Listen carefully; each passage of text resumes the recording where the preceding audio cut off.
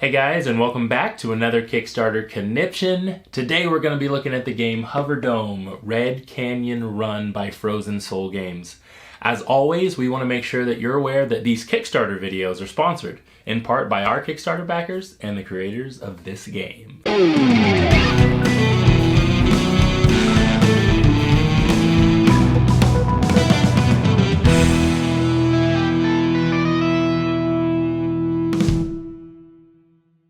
Hey guys, and welcome back to Tantrum House. I'm Jonah, and like I mentioned, today our video is all about the Kickstarter prototype of the game HoverDome Red Canyon Run. This game is for 3 to 6 players. It's a fast-paced racing game where you're battling the competition, battling your other players to be the first one across the finish line. It's easy to learn, tough to master. There's lots of racing-themed components, racing-themed aspects. We're actually going to dive into this, show you a lot of the really unique components as well. A lot of 3D printed stuff in the prototype. I know they've got some big plans for the Kickstarter. Like I said, Frozen Soul Games was kind enough to send us a copy, so let's actually jump into it and check out how it's played. In the first phase, playing your tech card is optional.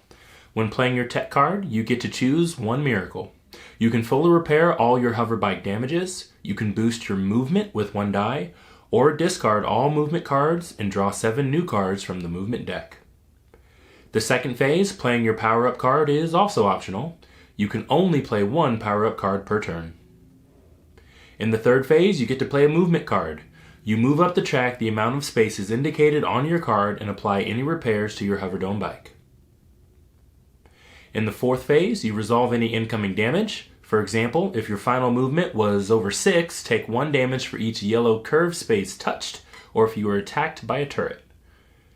In the final phase, you draw 4 power-up cards, keeping 1 and discarding the rest. And that's some of the things that are unique about HoverDome. So here's my opinion on the game as I was able to get it played a few times. I actually one of the things I enjoyed most was the components of this game. The tech sticks, which are these optional things you can use at the beginning of your turn, are just really unique. They're kind of see-through, kind of metallic-y. I thought it was really nice. The hover crafts, the motorcycles, the hover cars, whatever you want to call them. Now, I know I've just got a prototype copy, but these are 3D printed. They've got a lot of detail in there. They've even included a really big one, which I'll show you guys here in just a sec as well. I enjoyed that. This game, to me, overall, gives me the feel of like a Nintendo or a PlayStation, Xbox type of racing game, like more family-friendly racing game, but one that where you're like, yeah, I'm trying to win the race, but I'm also trying to do as many like environmentally, hazard things to you as we play this game. So think those super popular games on the Nintendo, Sega, whatever you like to play. It's got that component to it, but in board game style. So, but again, a lot of the thematic elements, a lot of the components, a lot of the obstruction as you play, it's all based on racing. So how fast you're going around turns, how slow you're going around turns. Is someone attacking you? Have you passed a turret? Things like that as you just continue to play this racing game, going through HoverDome. One of the things I also liked is that there's a 2-player variant to the game. So as you probably realize, some of the things that happen a lot over here at our house is that my wife and I end up playing these games together and trying and testing them out. And so having a game with a 2-player variant is like a big deal for me. That gives my wife like some clarity on how to play, but also we don't have to try to play an extra player while we learn the rules and then of course get it to the table with 3 or 4 players. So the 2-player variant is a big deal. I like that ability to just play the game with just 2 players as well.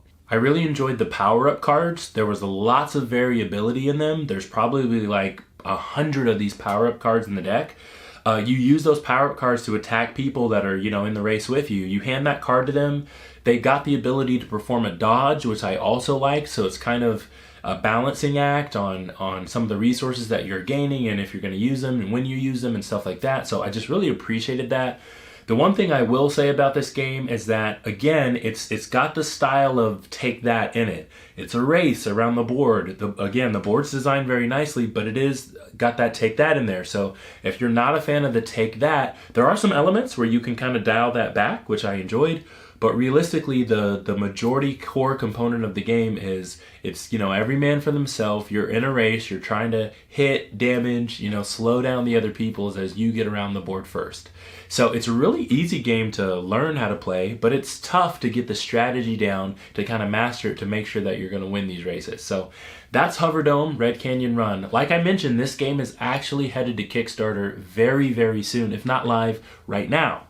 If this is your type of game, if you like the components, you like the idea of it, you like the gameplay, check out their Kickstarter campaign. And of course, if you like what we're doing over here at Tantrum House, make sure that you comment on our video, like our stuff, subscribe to our channel, and we'll see you guys next time.